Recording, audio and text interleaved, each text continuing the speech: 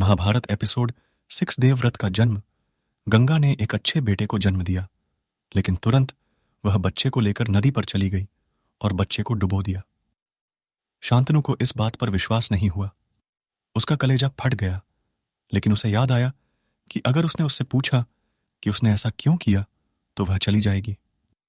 यह आदमी जो आनंद और प्रेम में घूम रहा था, दुखी हो गया और अपनी पत्नी से डरने लगा, लेकिन फिर भी वह उससे बहुत प्यार करता था और वे साथ साथ रहने लगे।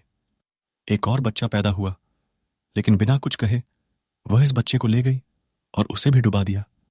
शांतनु पागलपन की कगार पर थे, लेकिन उन्हें गंगा की स्थिति याद आ गई। यह जारी रहा और 7 बच्चे डूब गए। जब 8वें का जन्म हुआ तो शांतनु असहाय होकर गंगा के पीछे नदी तक चले गए। जब वह बच्चे को डुबाने ही वाली थी तो उसने शिशु को पकड़ लिया और कहा, बस, आप ऐसे अमानवीय काम क्यों कर रहे हैं? गंगा ने उत्तर दिया, तुमने शर्त तोड़ दी है, मेरे जाने का समय हो गया है, लेकिन मुझे आपको स्पष्टीकरण देना है, इसलिए मैं आपको बताता हूं कि क्यों। बहुत समय पहले ऋषि वशिष्ठ अपने आश्रम में रहते थे, जहां नंदिनी नाम की एक गाय थी जिसमें दिव्य गुण थे। एक दिन 8 वसु क्षेत्र में छुट्टियां मना रहे थे। शास्त्र वसुओं का वर्णन उन लोगों के रूप में करता है जो विमानों या किसी प्रकार के शिल्प में उड़ते थे। ये शिल्प स्वचालित थे। वे यहां तक कहते हैं कि शिल्प की सतह तरल पारे की सतह की तरह इतनी चिकनी कैसे थी।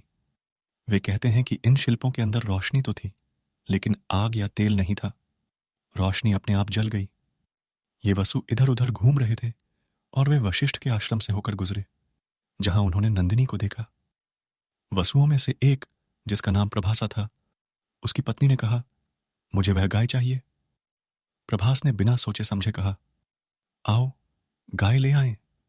उनमें से एक या दो ने कहा, लेकिन यह हमारी गाय नहीं है, गाय एक ऋषि की है, हमें इसे क्यों लेना चाहिए?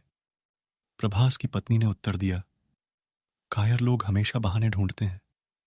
तुम्हें गाय नहीं मिल सकती, इसलिए तुम धर्म लेकर आ रहे हो। यह सुनकर प्रभास बहुत क्रोधित हो गए और अपने साथियों की मदद से उन्होंने गाय को चुरा लिया। जब वशिष्ठ को पता चला कि उनकी प्रिय गाय चोरी हो रही है तो उन्होंने उन्हें पकड़ लिया और शाप दिया, तुम्हारी हिम्मत कैसे हुई? आप मेहमान बनकर आए, हम आपके साथ अच्छा व्यवहार करते हैं, और अंत में तुम मेरी गाय चुरा कर जाना चाहते हो। आप सभी सीमाओं के साथ मनुष्य के रूप में जन्म लें, तुम्हारे पंख काट दिए जाए कि तुम उड़ न सको। आपको इस धरती पर चलना होगा, आपको भौतिक शरीर धारण करना होगा, आपको जन्म लेना होगा और आपको हर किसी की तरह मरना होगा। तब इन 8 वसुओं ने गंगा से विनती की, सुनिश्चित करें कि हम आपके गर्भ से जन्म लें, उस ग्रह पर हमारे जीवन को यथासंभव संक्षिप्त बनाएं। गंगा ने शांतनु से कहा, मैं तो केवल उनकी इच्छा पूरी कर रही थी, वे बस जन्म लेना और अभिशाप से मुक्ति पाना चाहते थे। मैंने उनमें से 7 को बचा लिया, लेकिन आपने 8वें को बचा लिया। वैसे भी ये प्रभासा ही है जिसने चोरी के लिए उकसाया था। शायद वह इस ग्रह पर लंबे जीवन का हकदार है, लेकिन क्योंकि वह एक शिशु है, मैं उसे अपने साथ ले जाऊंगा। जब वह 16 वर्ष का हो जाएगा तो मैं उसे वापस ले आऊंगा। मैं यह सुनिश्चित करूंगा कि उसने अपनी शिक्षा पूरी कर ली हो। एक अच्छा राजा बनने के लिए जो कुछ आवश्यक है मैं उसे सिखा दूंगा, और जब वह 16 वर्ष का हो जाएगा तो उसे तुम्हारे पास छोड़ दूंगा। यह कहकर वह बच्चे को लेकर चली गई। शांतनु उदासीन और खोए हुए हो गए।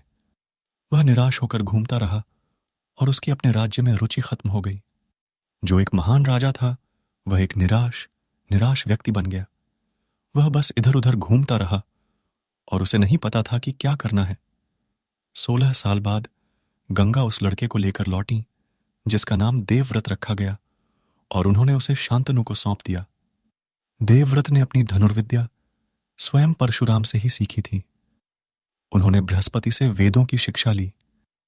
उसने सर्वोत्तम संभव शिक्षकों से सब कुछ सीखा था और राजा बनने के लिए पूरी तरह से तैयार था। जब शांतनु ने उन्हें देखा तो उनका सारा अवसाद दूर हो गया और उन्होंने बड़े प्यार और उत्साह के साथ अपने बेटे को युवराज या युवराज के रूप में राज्याभिषेक किया। देवव्रत ने प्रशासन संभाला और शांतनु के आदेश पर सब कुछ अच्छा कर रहे थे, इसलिए वे एक बार फिर स्वतंत्र और खुश हो गए। एक दिन शांतनु शिकार के लिए निकले और उन्हें फिर से प्यार हो गया।